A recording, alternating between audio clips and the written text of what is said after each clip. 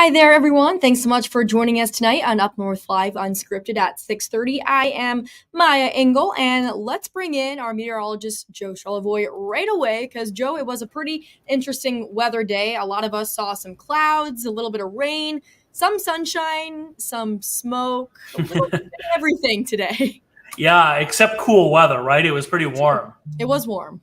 Yeah, and that's gonna stick around, Maya. We're gonna enjoy this summer warmth if you like that, because we all know what's gonna happen down the road here. Some cooler weather eventually. But the clouds and rain, Maya, are moving out of here, and that's gonna set up a couple of really nice days, and I think a lot of that'll even carry over into the weekend. So we'll take a look at those temperatures, just how warm it's going to be. And then also Hurricane Francine is making landfall right now in Louisiana. And we'll kind of take a look at what is expected with that too, coming up a little later. Sounds good. Thank you so much, Joe. And of course, today is 9/11, and it marks 23 years since the terror attacks of September 11th. And from coast to coast, there have been ceremonies all throughout the day to honor the nearly 3,000 people who were killed in New York City, Washington, D.C., and Pennsylvania. So I'm going to take you to Grand Traverse County now. This was this morning. This was one of those areas that did hold a ceremony to honor those who did lose their lives. And flags at the memorial were lowered to half staff. There was a moment of silence, a bell ceremony, and a group prayer. Now, here is the Grand Traverse Metro Fire Chief and what he had to say about this event and specifically where it was held. Is a symbol for Traverse City and area residents to be able to come to reflect upon those days and those events, just so that we always remember. The 9/11 Memorial Park is located at 897 Parsons Road in Traverse City. It is open 24 hours for anyone who wants to pay their respects. And this was the scene in Lansing this morning, where people gathered at the Capitol to pay their respects to those who we lost on this day 23 years ago. Representatives from all around the state were joined by first responders as speeches paid honor to those who did lose their lives. Speakers spoke to the emotions that many felt on that day 23 years ago, but still continue to feel today. And a bell ringing ceremony punctuated the event. So our question of the day today is, it's been 23 years since the 9/11 attacks. Do you feel the United States is safer today than in 2001? Only 15% of people say yes, whereas 85% of people say no. If you haven't voted yet, you can scan the QR code on your screen right now to vote. And just looking at some of our comments, we have a couple of live comments from people right now, not necessarily about this question yet, but if you do want to respond to this question, you can leave a comment on our live Facebook or YouTube stream. Paul and Ree say hello. And Paul said, "Where were you, Maya, on 9/11, 2001? So I was 3 years old. I actually don't remember. I think I was in preschool because I went to preschool a little early, but I really don't have any memories of this day in 2001. I was just a little too young, but that brings up another question: that where were you when you first found out about the attacks? You can also leave a comment in the description and we can read some of those a little later. We just got a comment from Stanley. He says no to our question of the day is, do you feel the United States is safer today in 2001? Thomas says, good evening from Fleetwood, Pennsylvania. So thanks so much for joining us today. Again, if you haven't voted on our question of the day, you can scan the QR code. You can leave a comment. We will circle back to this question of the day. But right now, I am going to take it down and talk about a story that we have been working on today. It is an Up North Live exclusive story that our Allie Baxter has been working on. So it's a story of a teenager who went from Jamaica to Florida to home in Traverse City. So that was the journey for 17-year-old Elijah Goldman. So he then learned that his adoptive parents, who sent him to a Jamaican boarding school, did not want him to come home. So this was after Jamaican authorities removed Elijah and several others from the school because of abuse allegations. So our Allie Baxter breaks down the case now. Attorneys say he's a survivor of the troubled teen industry. Those are expensive programs structured like a boarding school, specifically for kids with behavioral issues. Elijah was sent to one of those in Jamaica. He and others were later removed from Atlantis Leadership Academy by Jamaican officials for abuse allegations. Officials gave parents 60 days to get their children home. When no plans were made to come pick up Elijah, he became permanent custody of Jamaica. No one believed that the abuse actually occurred, despite documented physical injuries and despite their handwritten statements, despite the fact that 5 people were criminally charged with abuse in Jamaica.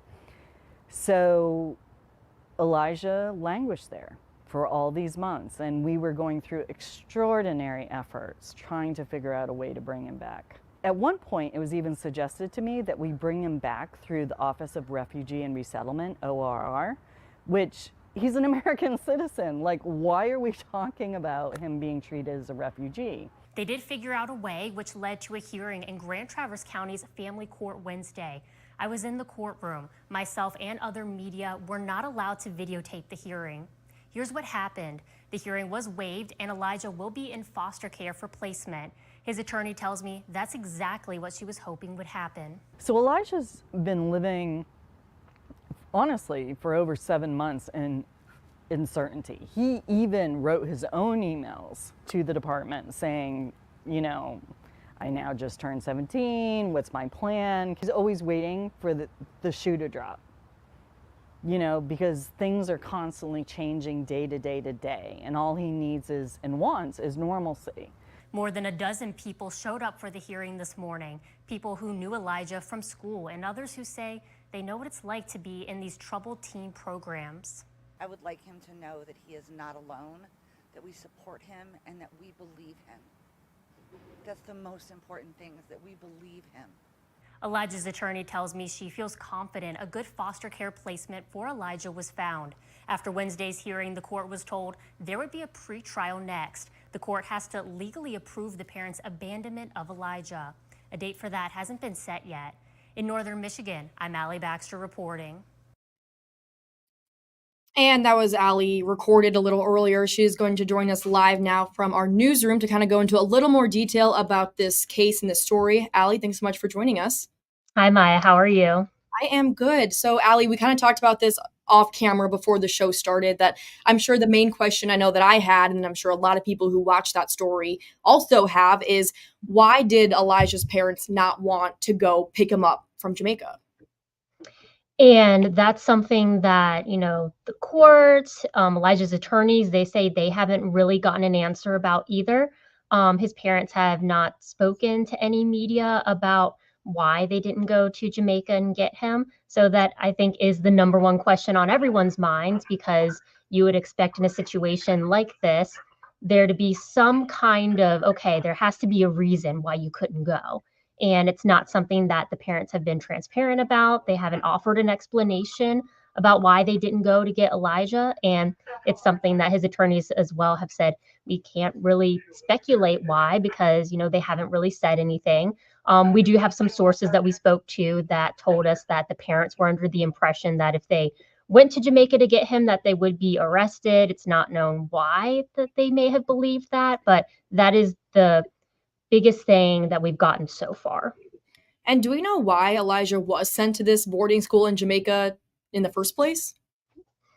So these kind of boarding schools, they're kind of marketed as like helping troubled teens, and troubled teens could be, someone who has behavioral issues, whether that's, mental or emotional, physical. And a lot of times what some people will decide to do is they will send their child to these, quote, troubled teen programs. We have a lot of them in the United States, but there are some that are outside the United States as well, which, as Elijah's attorney explained to me today, the one that he was at in Jamaica, it's out of the country for a reason. It's away from, kind of like prying eyes. It's away from regulations as well. And so it's honestly a miracle that they were able to figure out that there was stuff going on at this boarding school there.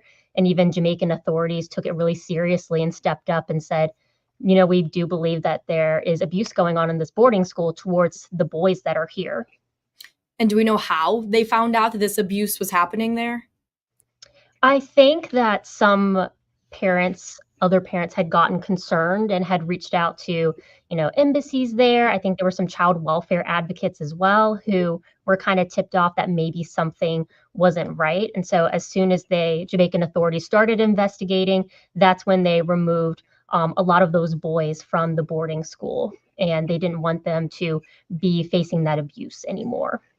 So can you kind of walk me through the timeline of Elijah's journey? So when did he finally leave Jamaica, and then why was he in Florida?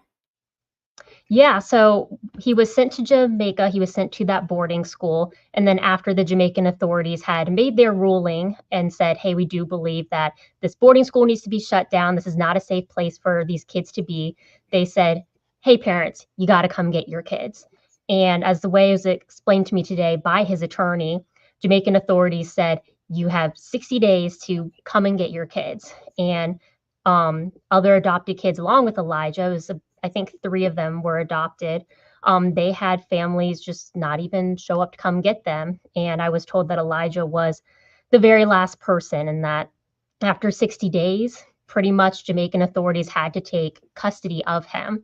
So, what his attorney and other child welfare advocates have been doing since then is okay, well, what can we do? We'll contact CPS in Traverse City. And they were trying to get him back to Michigan, but kind of the first place that they could take him was Florida. And that's when they took him to Florida. His parents weren't there waiting for him, but instead it was another professional transporter who was intending to take him to another boarding school. This time, I believe it was going to be in Utah. And that's when his attorney told me we put the stop to that right then and there. We did not want him. That was not his wishes either to be going into another situation like that. So they spoke to Florida Child Protective Services, and they were able to get Elijah released to his attorney, to those child welfare advocates, and then immediately put him on a plane to Traverse City. And that's almost gotten us to where we were today in Grand Traverse County Circuit Court. For the past week or so, I believe they've been in a hotel room awaiting for this hearing to happen. So even when he came back to Traverse City, he wasn't reunited with his parents. I believe he's seen them, he's had conversations with him, but and as it was explained, from his attorney to me, the parents do not want him back at the house. And can the parents, they're not facing any sort of trouble for this? They can just go about this and then move on with their lives? They could face some legal repercussions for this. That was kind of part of why his hearing today was waived. It wasn't, there were some allegations that maybe they didn't want to read out loud in front of the courtroom, in front of media. So they're going at some point to have a trial, and they're going to discuss, the attorney did file and say that Elijah was abandoned. So they have to have a trial, hearing the parents' side, hearing, Elijah's side, his attorney's side, to figure out if that was truly what happened here, or, if what happened was justified in any way. And so perhaps the parents could face something down the road. We don't totally know yet, just because there really hasn't been a date or a pretrial even set yet. So I think that's something that we're going to be following up on. And Allie, in about 30 seconds, is there anything else that you want to mention about this case? I would just say, just because Elijah is a juvenile, we aren't able to speak to him, and we are trying to protect, elements of his privacy since he is 17. But he does want people to know, just in speaking through his attorney, he wants people to know that he appreciates the support, that he has seen it from his Traverse City community. He's been away for a long time. He hasn't been able to go to school in almost 2 years. And he just stresses that he really wants to return to normalcy. And, some people may think that going into a foster care placement isn't that. But he said that's exactly, the direction he needs to go, because he wants to be able to go back to school. And he has really felt the support from the community for him, especially in returning to Traverse City after being away for so long. Right. Well, thanks, Allie, so much for joining us. And like you mentioned, we will continue to keep you folks updated on this case and any progress it's made moving forward. So thanks, Allie. Thanks, Maya. We are going to take a quick commercial break, but we'll be back in just a couple minutes, and we're going to bring back in Joe. He'll have much more on your forecast for the rest of the week and the weekend right after the break.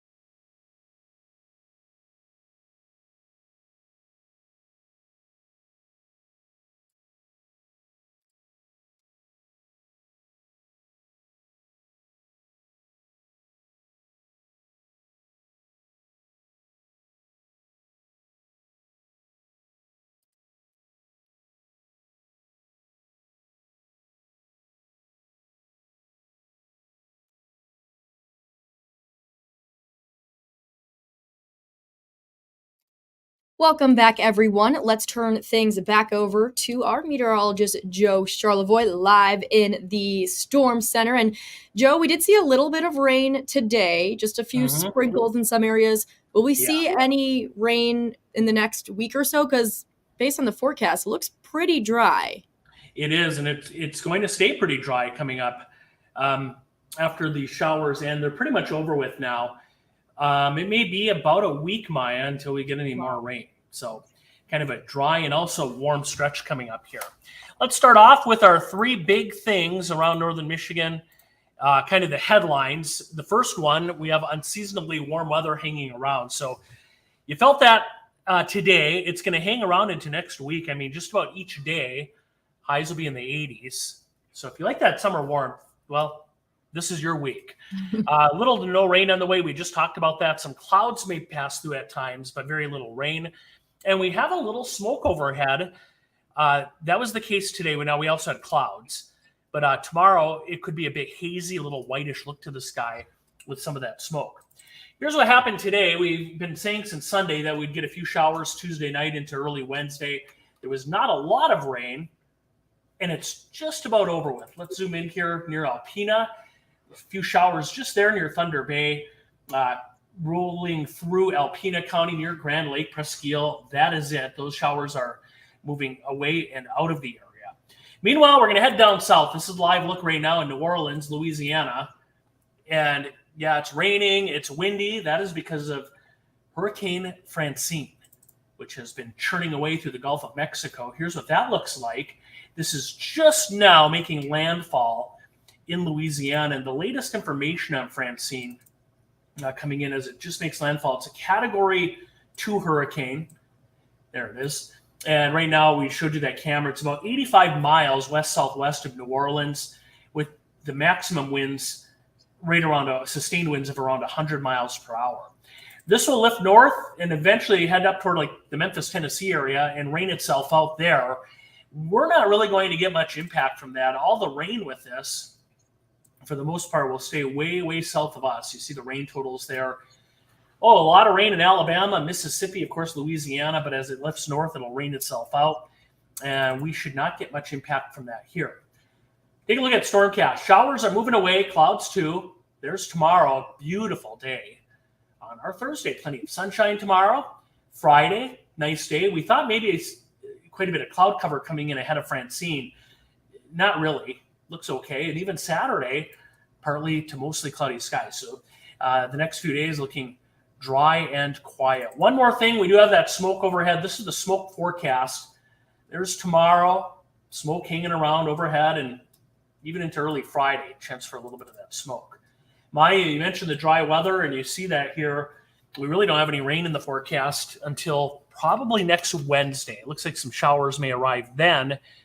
And look at those temperatures. Normally 70 to 75 this time of the year. Instead, we're looking at a lot of 80s all the way through next Wednesday. So I guess in a nutshell, Maya, a pretty warm and dry forecast coming up here. Summer is not over yet in northern Michigan. Not quite, yeah, for sure. All right, thank you so much, Joe. We're going to take another quick break, but coming up next, we'll check in with sports director Harrison Beebe to see what he's working on in the sports world today. So stick with us. You're watching Up North Live Unscripted.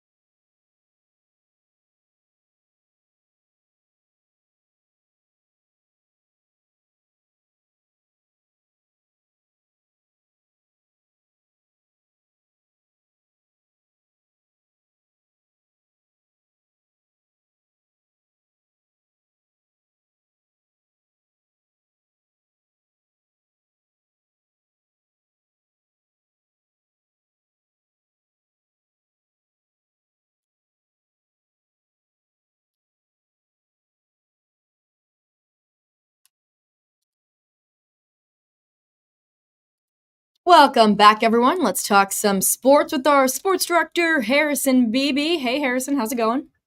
Great, Maya. Tigers already, after beating the Rockies 11-0 last night, they're already out to a 3-0 start tonight in the bottom of the first. So, yeah, it's all up to Minnesota if they want to play well down the stretch here. But the Tigers appear up for the challenge of getting in the postseason this year. Is promising, but it's only the first. Lots of game left to play. They still have 2 runners on, though. They could get more runs in this inning still. Either way, it's good to see. Like we talked about yesterday, it's just great to see a team hungry for something. Yeah. For sure. And speaking of hunger, maybe that's a great way to transition to our story for today. I guess it doesn't really involve hunger in any way, but this guy's going to be very hungry when it's all said and done. There's a Bel Air assistant softball coach who's going to do a walkathon to help raise money for the softball and baseball programs. And this is the map. It's going to be on Saturday, October 12th.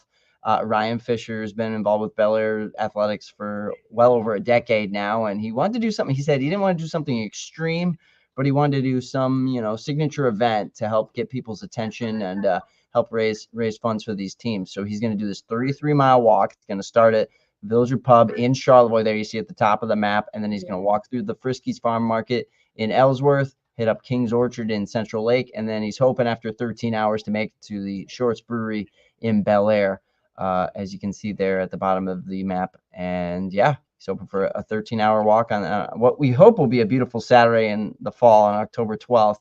He's kind of banking on a lot of people being at those 2 locations in the middle. Well, really at all 4 locations, but to help spread the word and maybe pick up some more bonus donations along the way. But there's also a GoFundMe set up for the walkathon as well. And we have a link to that on our website right now. That's, UpNorthLive.com.